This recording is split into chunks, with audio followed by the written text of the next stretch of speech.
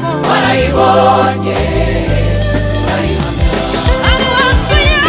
amaso yacu yarayibonye intoki zacu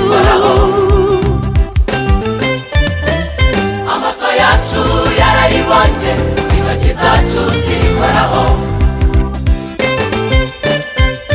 nibyo koko imirimo y'amaboko yawe Mana ni myinshi cyane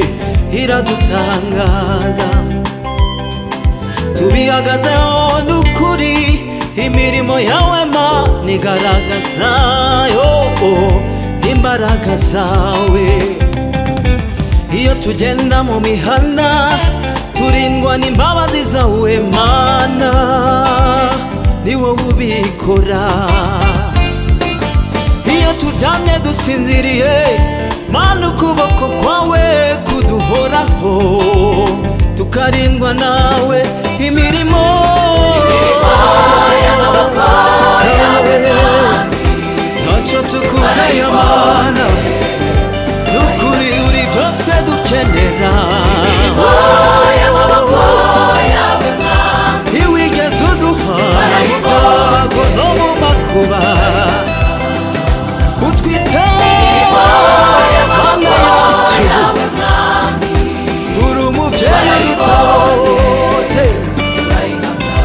amaso yacu yarayibonye intoki zacu zikoraho twarabyiboneye n'amaso yacu yarayibonye intoki zacu zikoraho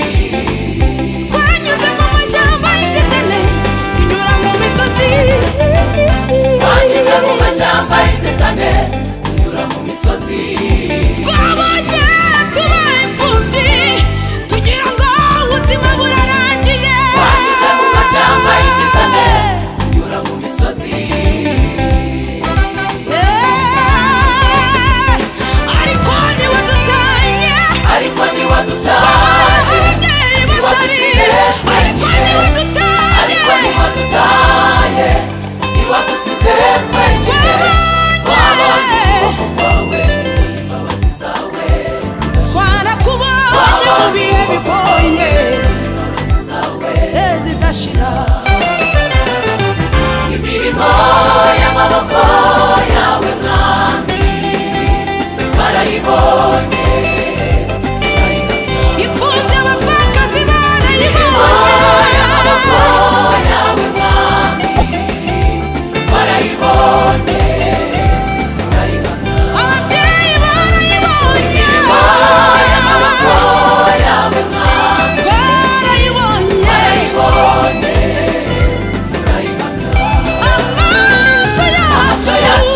yarayibonye intoki zacu zikoraho amaso yacu yarayibonye intoki zacu zikoraho